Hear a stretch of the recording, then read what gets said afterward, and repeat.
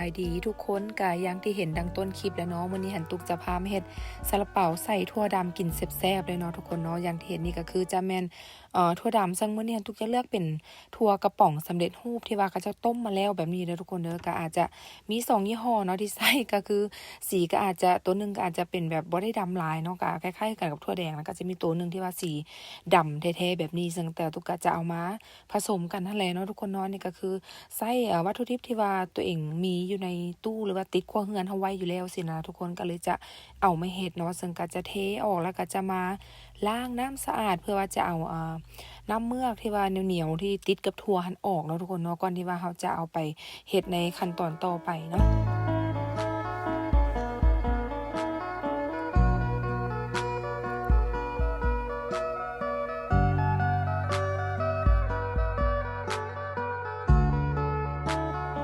อันนี้หลังจากที่เราล้างน้ำให้เสด็จน้ำออกแบบนี้แล้วเนาะทุกคนเนาะในส่วนของถั่วก็คือจะเอามาปั่นในเครื่องปั่นแบบนี้เนาะทุกคนเนาะเพราะมันก็จะสวยทุนแฮงเขาได้หลายเลยเสียนะเนาะทุกคนเนาะซึ่งการปั่นก็จะปั่นให้แบบพอแหลกแบบแหลกหยาบมาเลยทุกคนเนาะนี่ก็จะมีเกลือน้ำตาลแล้วก็กะทิเนาะซึ่งว่าอัตราส่วนของแต่ละอันนะตุกก็ได้ขึ้นไว้ให้หน้าจอนี่แล้วเนาะทุกคนเนาะถ้าผู้ใดอยากลองเอาสูตรนี้อัตราส่วนนี้ไปเฮ็ดเบิ่งหั้นน่ะก็สามารถเบิ่งได้ตามนี้เนาะทุกคนเนาะแต่ว่าในส่วนของกะทิหันตุกจะบ่ได้เทลงหมดทีเดียวเนาะจะใส่ไปครึ่งหนึงก่อนเพราะว่าเขาจะปั่นแล้วก็จะเบิ่งไปนำว่าความแหลวของถั่วหันจะแหลวส่ำใดเนาะสิถ้ามันยังข้นหลายเขาก็คือจะเทลงไปทั้งหมดเลยอันนี้ก็เพื่อว่าบ่ให้มันแหลวเกินไปเขาจะเอาออกบ่ได้เด้อเนาะทุกคนเนาะก็คือคอยแนะนำว่าให้คอยเทแล้วก็คอยเติมไปนำหั้นแหละเนาะนี่ก็ยังขุ่นอยู่สิเขาก็ยังเนื้อถั่วก็ยังแน่นอยู่ก็เลยจะใส่กะทิหันลงไปทั้งหมดเลย560 ml บ่เนาะทั้งหมดกระป๋องหนึงเพราะว่าอันนี้บ่ต้องกังวลว่ามันจะแหลวจะเหนียวเกินไปเนาะทุกคนเนาะเพราะว่าเราจะเอาไปเคี่ยวหรือว่าไปกวนให้เนื้อถั่วแห้งอยู่แล้วสิเนาะตุกก็จะปั่นอีกรอบนึงให้เข้ากันก่อนเนาะ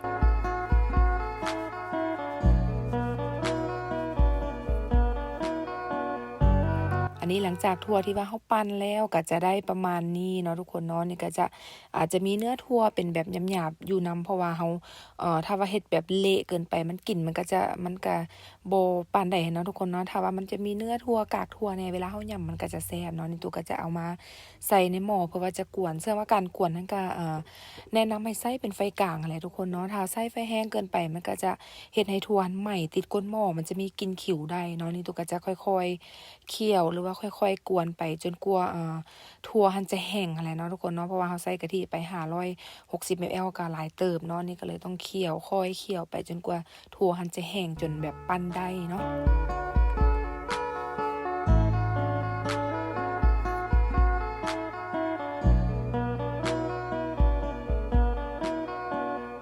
อันนี้หลังจากที่ว่าเรากวนมาได้จักพักหนึ่งแล้วเนาะทุกคนเนาะก็จะเห็นเลยว่าถั่วก็จะเริ่มง่วนหรือว่าเริ่มแห้งแบบนี้เนาะเขาก็จะค่อยๆกวนหรือว่าค่อยๆคนไปทุกคนแนะนำว่าบ่ให้หยุดมือเนาะเพราะว่าถ้าว่าเราหยุดเดี๋ยวมันจะไหม้ติดก้นหม้อได้นี่เนาะจริงๆก็จะประมาณนี้จนค่อยคนจนถั่วหันแห้งๆจนเราแบบสามารถปั้นได้เราถึงจะใช้การได้เนาะทุกคนเนาะนี่ก็จะประมาณนี้เลยอย่างที่เห็นนี่เลยเนาะ ตุกก็จะยกออกจากเตาเลยเนาะทุกคนเนาะนี่เราก็จะเอาไปพักไว้หั่นแหละทุกคนก่อนที่ว่าเราจะไปห่อเป็นไส้ซาลาเปาสิเราก็ต้องพักไว้ให้เย็นก่อนเนาะซึ่งว่าในส่วนนี้ก็เราก็จะอาจจะเทใส่ภาชนะใดก็ได้ที่เรามีเนาะเพราะว่าต้องพักให้เย็นก่อนแล้วต้องเอาออกจากหม้อเนาะ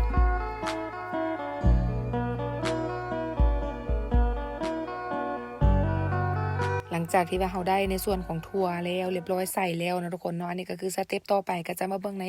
ขั้นตอนของการเฮ็ดแป้งหรือว่าเตรียมแป้งแล้วก็คือจะเลือกใช้เป็นแป้งบัวแดง1ถุงแบบนี้เนาะ1ถุงอันนี้ก็คือ1กิโล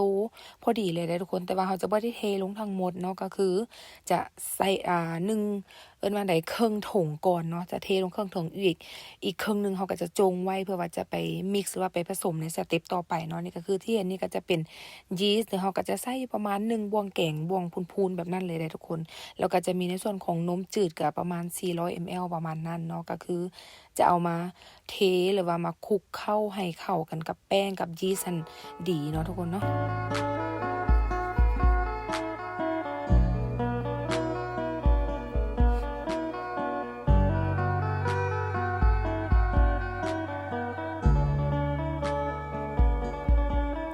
ห ในขั้นตอนนี้สำคัญนะทุกคนถ้าว่าเรา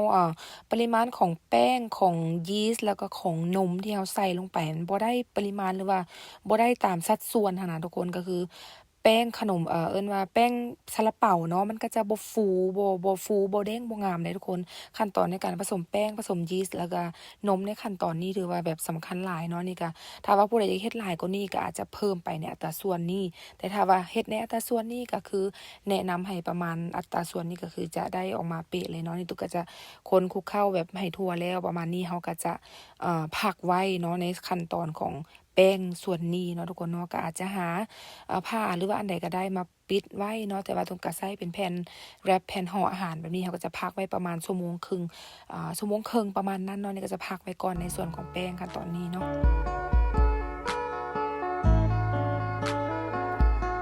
หลังจากที่ว่าเราพักแป้งใกล้จะได้ครบเวลานะทุกคนนี่ขั้นตอนต่อไปก็คือเราจะมาผสมของเหลวที่ว่าเราจะเอาไปผสมกับแป้งอีกเทื่อหนึ่งเนาะทุกคนเนาะซึ่งอัตราส่วนก็คือดังที่ขึ้นให้หั้นเลยเนาะก็จะมีนมมีน้ำตาลมีเกลือแล้วก็จะมีน้ำมันพืชทั่วไปที่ว่าเราใส่เฮ็ดอาหารนั่นแหละทุกคนเนาะนี่ก็จะมาตีมาผสมกันในส่วนนี้แต่ว่าในขั้นตอนนี้หันแนะนำว่าให้เทเฉพาะน้ำตาลเกลือนมมันคนให้เข้ากันก่อนเนาะ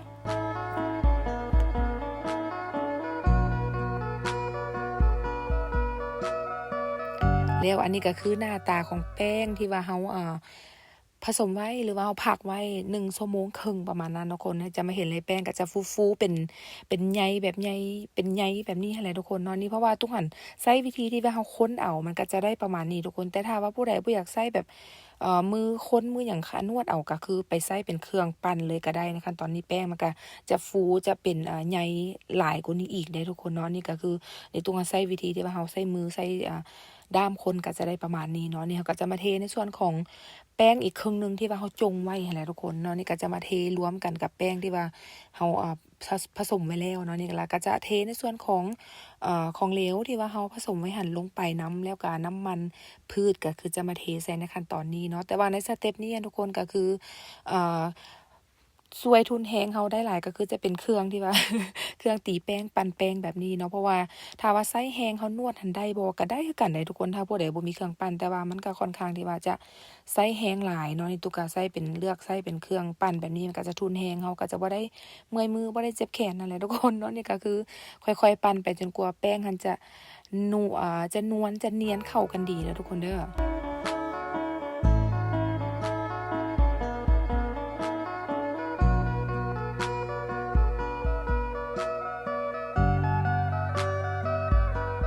อันนี้หลังจากที่ว่าเราตีแป้งหรือว่าผสมแป้งหั่นได้ประมาณนี้เราสังเกตเลยว่ามันก็จะบ่ได้ติดเครื่องเลยทุกคนเครื่องปั้นที่เราปั้นมันก็จะบ่ได้ติดเลยแป้งก็จะได้เนื้อเป็นใยประมาณนี้ค่ะทุกคนเนาะนี่ก็ตุกก็จะคอยปั้นไปให้เอิ้นว่าได้ปั้นไปอีกก่อนเนาะนี่เวลาเราปั้นน่ะแนะนำว่าให้สังเกตเอาว่าแป้งเราว่าเนื้อเนียนนวลดีแล้วบ่เวลาที่ว่าเราเอ่อ จะแป้งออกมาหันเนื้อของแป้งเป็นใยดีบ่ถ้าเป็นแบบนั้นนะเวลาที่เราเอาไปนึ่งหันน่ะแป้งก็จะฟูดีได้ทุกคนเนาะนี่ตุกก็จะคอยปั่นไปอีกเนาะหลังจากที่ว่าปั่นแล้วได้ตามที่ว่าเราต้องการเนาะทุกคนสังเกตเลยว่าแป้งก็จะบ่ได้ติดภาชนะเลยได้ทุกคนเนื้อก็จะนวลเนียนเด้งแบบนี้เลยเห็นบ่เวลาที่ว่าเราเอิ้นว่าใดเราแยกแป้งออกดึงแป้งแบบนี้นะก็จะเห็นเลยเนื้อก็จะเป็นใยแบบนั้นเลยทุกคนนี่ก็เวลาที่ว่าเราไปนึ่งมันก็จะได้ฟูดีเนาะนี่เราก็จะพักไว้ในส่วนของแป้งก็คือแนะนำว่าให้หาอันไหนมาปิดเนาะเพราะว่าในขั้นตอนต่อไปก็คือเราจะมาขึ้นรูปหรือว่าจะมาปั้นนั่นแหละทุกคนต้องได้หาผ้าหรือว่าหาอันใดก็ได้ที่ปิดบ่ให้ลมเข้าแป้งมันจะได้บ่แข็งเนาะทุกคนเนาะนี่ก็คือตุกจะมาแบ่งแป้งให้เป็นก้อนๆแล้วเราก็จะไปปั้นขึ้นรูปเนาะซึ่งว่าสูตรนี้หั้นน่ะก็ตุกหั้นสิเฮ็ดเป็นค่อนข้างที่ว่าเฮ็ดแป้งก้อนใหญ่เพราะว่าอยากได้แป้งซาลาเปาที่ว่าหนาๆหั้นนะทุกคนเพราะว่า ถ้าผู้ใดที่บ่มักแป้งซาลาเปาหนาก็แนะนำให้ตัดเป็นก้อนน้อยก็ได้เนาะแต่ว่าตุกหั้นมื้อนี้ตั้งใจอยากได้แป้งซาลาเปาที่ว่าหนาๆตุกก็เลยจะเฮ็ดเป็นก้อนใหญ่แด่เนาะ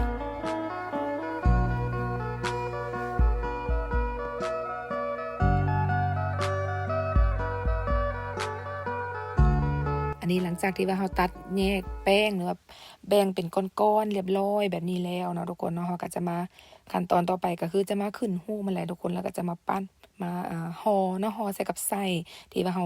กวนไว้แล้วเฮ็ดไว้แล้วในเบื้องต้นแล้วนี่สังเกตเลยว่าแผ่นแป้งก็จะหนาๆเนาะอย่างที่บอกไปตุกยังได้แป้งซาลาเปาที่ว่าหนานะทุกคนที่จริงหันการเฮ็ดซาลาเปาสูตรนี้นะก็บ่แม่นครั้งแรกได้ที่ว่าตุกเฮ็ดเนาะบ่สำหรับสูตรนี้เป็นครั้งแรกแต่ว่าการเฮ็ดซาลาเปาก็หลายรอบแล้วทุกคนแต่ว่าหันที่จริงหันถ่ายคลิปตัด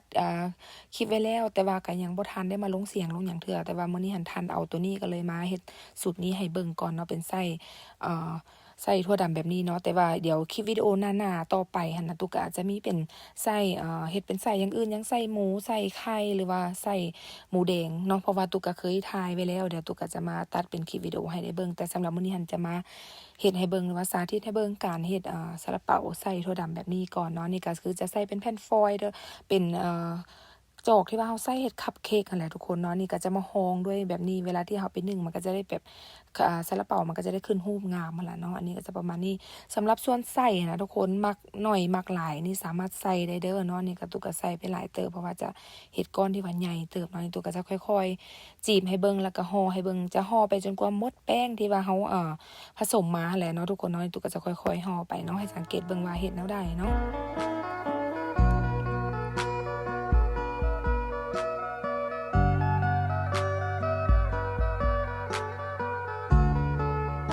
อันนี้ก็คือแป้งที่ว่าเราห่อเราหยังขึ้นก้อนเรียบร้อยไว้หมดแล้วห่อได้หมดแล้วตุกก็จะมาตบท้ายด้วยงาดำเนาะทุกคนเนาะเอามาแต่งหน้านิดนึงเพราะว่าเวลาที่ว่าเราไปนึ่งมันฟูๆมันก็จะได้งามน่ากินขึ้นนะนี่ก็จะประมาณนี้เนาะสำหรับมื้อนี้เดี๋ยวขั้นตอนการนึ่งต่อไปก็คือจะใส่น้ำส้มสายชูเด้อทุกคนเด้อที่เห็นนี่ก็จะเทลงไปประมาณ1บวงแกงใหญ่ๆแบบนี้เลยเนาะเพราะว่าหยังเวลาที่ว่าเรานึ่งนะซาลาเปามันจะได้บ่ติดกันได้ทุกคนอันนี้ก็คือเป็นเคล็ดลับอีกอย่างนึงเนาะถ้าผู้ใดบ่เคยเฮ็ดลองเอาไปเฮ็ดเบิ่งนี่ตุกลองเฮ็ดมาหลายเทื่อแล้วมันก็ใช้ได้เวิร์กดีได้ทุกคนแป้งเขาก็จะบ่ติดบ่เหนียวนะเนาะนี่ตุกก็จะมานึ่งค่อยนึ่งไปนำกันเนาะอย่างที่เห็นเลยเวลาเปิดฝามาขนมปะซาลาเปาเฮามันก็จะฟูๆแบบนี้เนาะทุกคนแต่ว่าที่จริงหันยังบ่ได้เด้อต้องคอยนึ่งไปจนแป้งหันแบบจะฟูขึ้นใหญ่กว่านี้อีกเนาะ อันนี้อย่างที่เห็นนี่ก็แป้งเขาก็ฟูเป็นก้อนใหญ่ๆเต็มเอิ้นว่าไดเจี้ยที่ว่าคับจอกที่ว่าเขาเอาหองแผ่นหองอะไรทุกคนเนาะอย่างสังเกตนี่ตอนแรกตัวจะใส่เป็นถ้วยหองเลยทุกคนแต่ว่ามันจะสุกซ่ามันสุกบ่ทั่วถึงตัวก็เลยเอาถ้วยน้อยหองก้นหันออกแล้วก็จะเอาเฉพาะตัวแป้งตัวขนมซาลาเปานี่นั่นนึ่งเป็นก้อนๆแบบนี้เลยมันก็จะสุกไวแล้วก็สุกทั่วถึงกว่าเนาะนี่ประมาณนี้ตัวก็จะได้ทีแล้วเขาก็จะเอาออกเนาะทุกคนเนาะเดี๋ยวตัวก็จะเอาออกจากหม้อซึ่งเลยเนาะ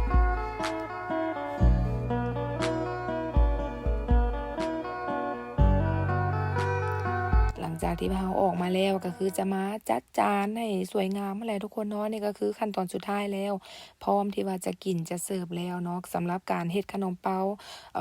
ซาลาเปาเนาะใส่ถั่วดำอันนี้ก็บ่ได้มีหยังยุ่งยากอย่างที่คิดเลยทุกคนก็2-3สเต็ปง่ายๆเพียงแต่ว่าก็อาจจะใช้เวลาหน่อยนึงกว่าที่ว่าเราจะได้ซาลาเปาแซ่บๆแบบนี้ออกมากินเนาะทุกคนเดี๋ยวก็จะมาแกะให้เบิ่งใส่ทางในว่าเป็นจั่งใดเนาะอย่างที่เห็นเลยแป้งก็คือจะ